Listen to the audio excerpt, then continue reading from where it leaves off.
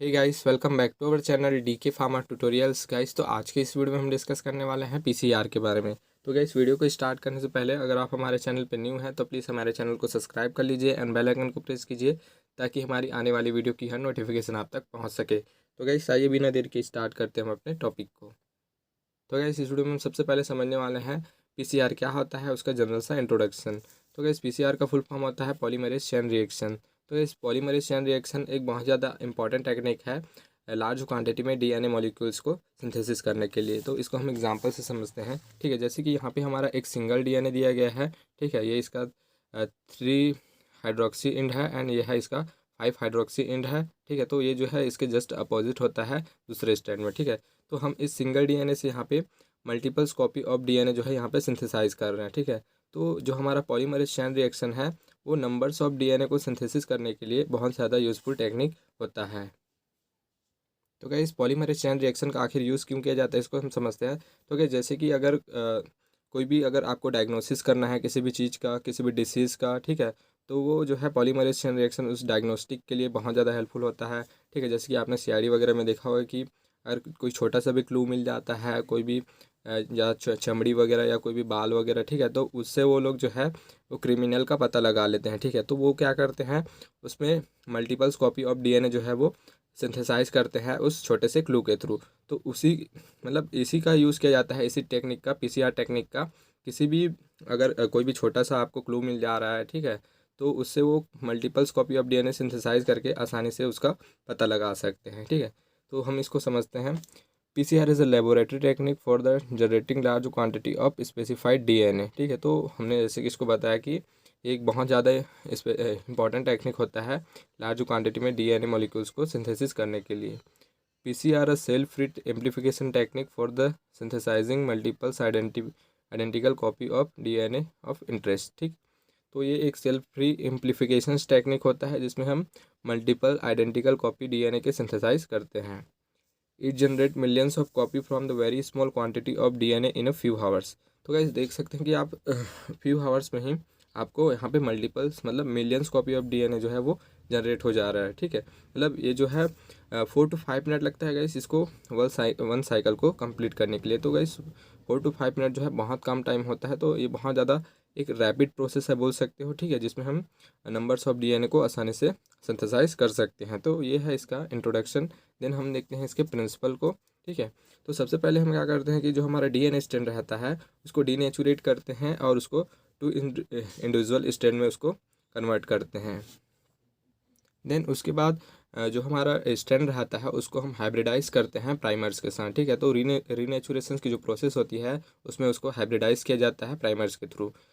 Then उसके बाद जो हमारा प्राइमर टेम्परेट डुप्लेक्स है जिसको हम बोलते हैं डीएनए पॉलीमरेज, तो इसका जो है डीएनए सिंथेसिस के लिए यूज़ किया जाता है। Then denaturation, renaturation and synthesis. तो गाइस ये कुछ स्टेप्स हैं जो कि इन्वॉल्व होते हैं डीएनए के सिंथेसिस के लिए। ठीक है, तो ये जो है एक साइकिल के फॉर्म में रहता है गाइस, तो इसी के हेल्प से जो है हमारा millions of copy of DNA है जो है वो सिंथेसाइज हो जाता है। तो गाइस ये था इसका बेसिक प्रिंसिपल। देन हम देखते हैं रिक्वायरमेंट फॉर द पीसीआर। ठीक है, तो यहाँ पे क्या क्या चीज़ों की रिक्वायरमेंट होती है पॉलीमरेज चेन रिएक्शन की के लिए, तो उसको हम देखते हैं। तो एक हमको टारगेट डीएनए की ज़रूरत पड़ती है जिसकी लेंथ जो है वो 100 to 35,000 बेस पेयर उसकी लेंथ होनी चाहिए। ट्रू प्राइमर्स की रिक्वायरमेंट होती है। ठीक है, जो कि जो इसका जो कॉम्प्लीमेंट्री रीजन रहता है डीएनए टारगेट का, ठीक है, वो आसानी से जो है वो एक दूसरे में वो अटैच हो जाए।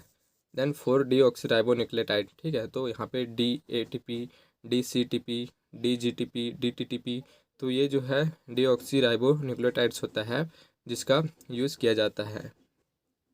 तो गैस DATP का मतलब होता है डीऑक्सीराइबो एडेनिन ट्राइफॉस्फेट, DCTP का मतलब होता है डीऑक्सीराइबो साइटोसिन ट्राइफॉस्फेट, DGTP का फुल फॉर्म होता है डीऑक्सीराइबो गुआनिन ट्राइफॉस्फेट, DTTP का मतलब होता है डीऑक्सीराइबो ट्राईएमएस ट्राइफॉस्फेट।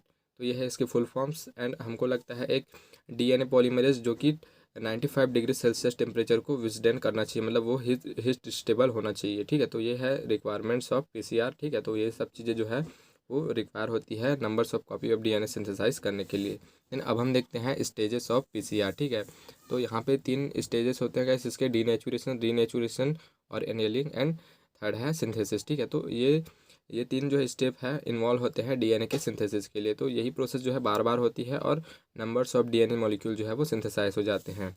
ठीक है, तो सबसे पहले हम देखते हैं डीनेचुरेशन। तो इस डीनेचुरेशन में सबसे पहले हम क्या करते हैं कि हम एक डीएनए स्ट्रैंड लेते हैं। ठीक है, देन उसको हम 95 डिग्री सेल्सियस की टेम्परेचर पे 1 मिनट के लिए उसको रख देते हैं। तो उससे क्या होता है कि वो जो डीएनए है वो डीनेचुरेट हो जाता है एंड उसके जो स्ट्रैंड है वो सेपरेट हो जाते हैं। तो इसको डायग्राम से समझते हैं हम। तो आप इस डायग्राम में आसानी से समझ सकते हैं। ठीक है, ये जो है एक जो है डीएनए स्ट्रैंड है, ठीक है, जो कि सेपरेट हो चुका है अलग अलग स्ट्रैंड में। मतलब हमने इसके टेम्परेचर को जो है बहुत ज़्यादा बढ़ा दिया, 95 डिग्री सेल्सियस पे लेके गए थे 1 मिनट के लिए। इसके कारण ये डीनेचुरेट हो गया और अलग अलग स्ट्रैंड में जो है ये कन्वर्ट हो गया। देन सेकेंड स्टेप आता है रीनेचुरेशन और एनिलिंग। ठीक है, तो इसमें हम क्या करते हैं, जो हमारा टेम्परेचर 95 डिग्री सेल्सियस पे लेके गए थे उसको हम स्लोली डाउन करते हैं, मतलब हम कूल करते हैं 55 डिग्री सेल्सियस टेम्परेचर तक। ठीक है, उसके बाद जो प्राइमर्स होते हैं उसको कॉम्प्लीमेंट्री रीजन के साथ उसको बेस पेयर करते हैं। ठीक है, जैसे कि आप देख सकते हैं इसका 5 हाइड्रोक्सी इंड है एंड ये है 3 हाइड्रोक्सी इंड। ठीक है, तो हम इसके 3 हाइड्रोक्सी इंड पे जो है प्राइमर्स होता है उसको कॉम्प्लीमेंट्री डीएनए जो रीजन्स है उस पर बेस पेयर करते हैं, जिसके कारण जो है न्यू डीएनए सिंथेसिस जो है वो स्टार्ट होने लगता है। तो इस ये जो प्रोसेस है इसको 1 मिनट का टाइम लगता है इस प्रोसेस को होने के लिए।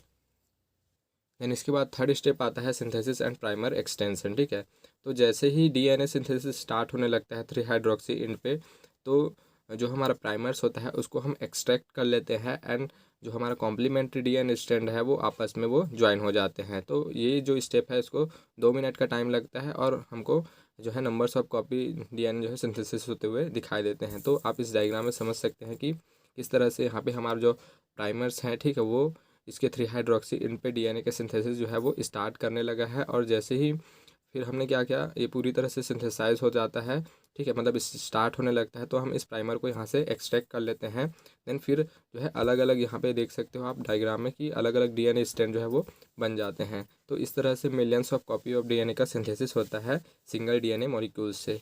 तो ये जो पीसीआर टेक्निक होता है वो इसीलिए मतलब इम्पॉर्टेंट है, क्योंकि इसमें हम एक सिंगल डीएनए से numbers of copy of DNA जो है आसानी से मतलब कुछ ही टाइम में इसको आसानी से सिंथेसाइज कर सकते हैं। तो ये बहुत ज़्यादा यूज़फुल टेक्निक मानी जाती है किसी भी डायग्नोस्टिक पर्पज़ के लिए। तो इसका एप्लीकेशन हम समझते हैं। तो गाइस इसका यूज़ बेसिकली डायग्नोसिस के लिए किया जाता है ना। अगर कोई भी जेनेटिक डिसऑर्डर है या कोई भी इनहेरिटेड डिसऑर्डर्स है, ठीक है, कैंसर के डिटेक्शंस के लिए, फॉसिल स्टडीज़ के लिए, तो इन सब में जो पीसीआर है वो बहुत ज़्यादा हेल्पफुल होता है, क्योंकि ये बहुत ज़्यादा रैपिड प्रोसेस होता है और इसको आसानी से किया जा सकता है। तो गाइस ये था पीसीआर। तो गाइस आई होप सो ये वीडियो आपको काफ़ी अच्छे से क्लियर हो गई होगी। तो प्लीज़ इस वीडियो को लाइक कीजिए, शेयर कीजिए अपने फ्रेंड्स के साथ एंड इसी तरह की वीडियोस को देखने के लिए बने रहिए हमारे साथ। Thank you.